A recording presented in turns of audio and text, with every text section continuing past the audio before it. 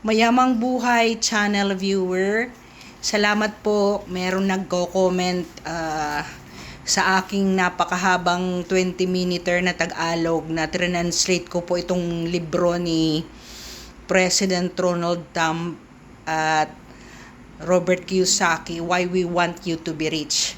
May isang comment po doon, kaya po naging 20-minute yon. Pero nire-recommend ko pa rin po sana you watch the 4-minute or 3-minute na mga English version sa chapters 1 to 3 sa libro na to.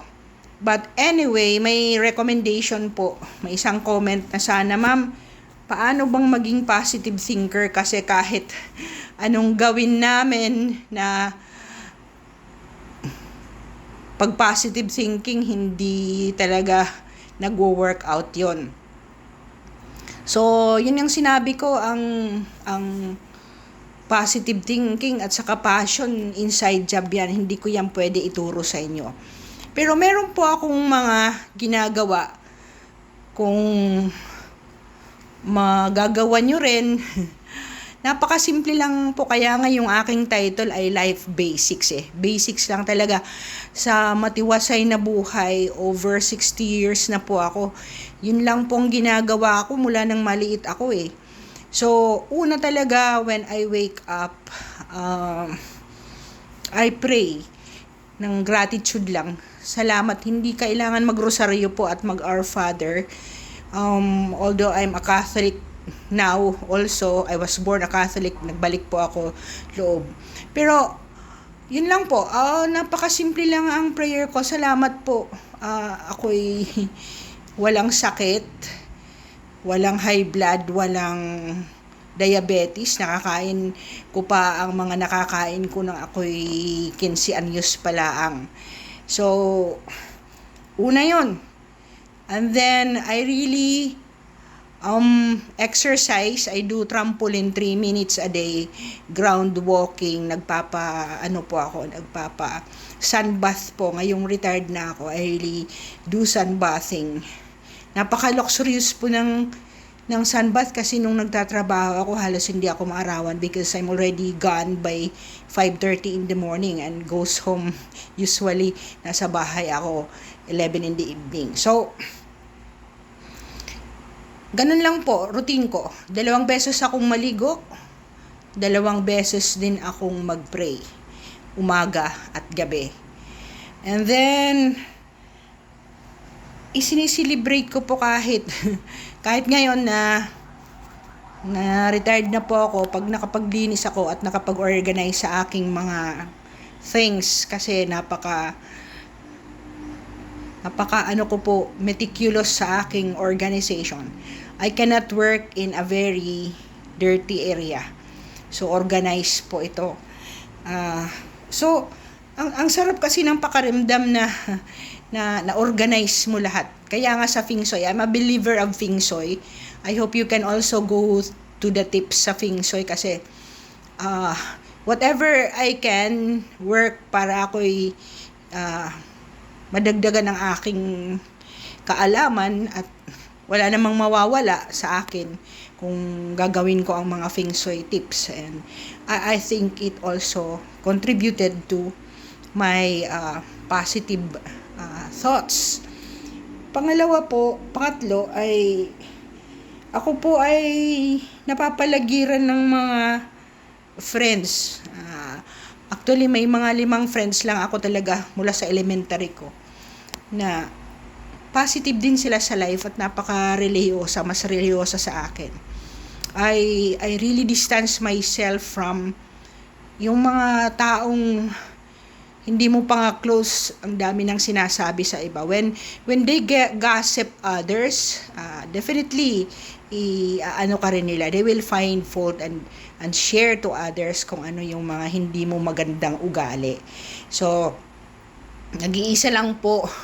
Nakikita nyo yun, nandun yun sa How to Have Treasures in Life. Nasa unahan po yun sa August ko na blog.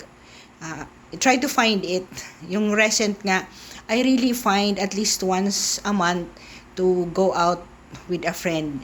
So, meron talaga ako niyan. That which you can, put your hair down na hindi nag-judge sa'yo. Pang-apat po ay pag may mga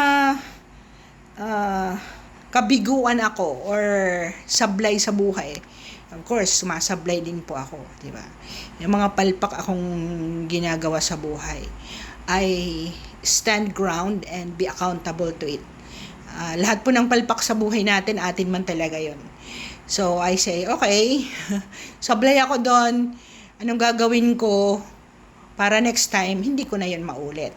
So, I do not blame others.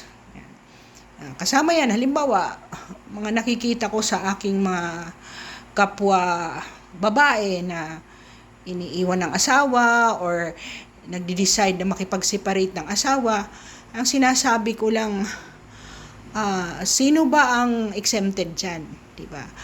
Bakit mo i-give up ang isang tao na noon minahal mo tapos papalitan mo pala? So, kung kasal ka, di ba? Sa Bisaya, ang tawag niyan ilob, mag-ilob ka. So, you stay with that person. Kasi for better or worse, di ba? So, matuto kang umakyat ulit. Actually, nandyan yan sa tip. At pag ako po ay nag-drive at napaka-traffic, hindi po ako kagaya ng iba na nagmumura. If I can listen to beautiful music, at hindi po rin ako, ngayong retired na ako, I don't watch TV after waking up or before sleeping. Oo, kung manood man ako niyan, mga positive, kaya nga if you have seen, may mga post po ako, kino-correct ko yung mga notions against kay President Duterte, kay President Trump. In fact, in one of my blog about President Trump, may gift of foresight din kasi ako, I knew he would win. So, napaka-positive po ni President Trump. Isa po siya sa aking mga idol talaga sa pagyaman. And, of course, alam ko pag ako'y bulilyaso, kunyari gusto ko maging ganito, gusto ko ganyan, gusto ko ganitong position at hindi binigay sa akin, I do not want to question the wisdom of God. Hindi pa para talaga sa akin yan. Yan nga, kumbaga, iniisip ko, what if hindi ako nag-early retire sa government? Siguro, nandun na ako, di ba? Yun. Ganun lang. Pag may nangyari sa'yo, I think, God does things for a reason, or the universe, whatever you call it, meron talagang purpose yun.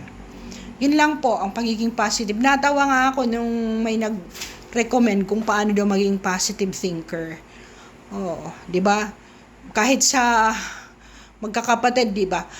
Hindi ako, middle child kasi ako, kaya hindi ako favorite. So, I thrive without anyone making me his or her favorite. Yun. So, okay lang.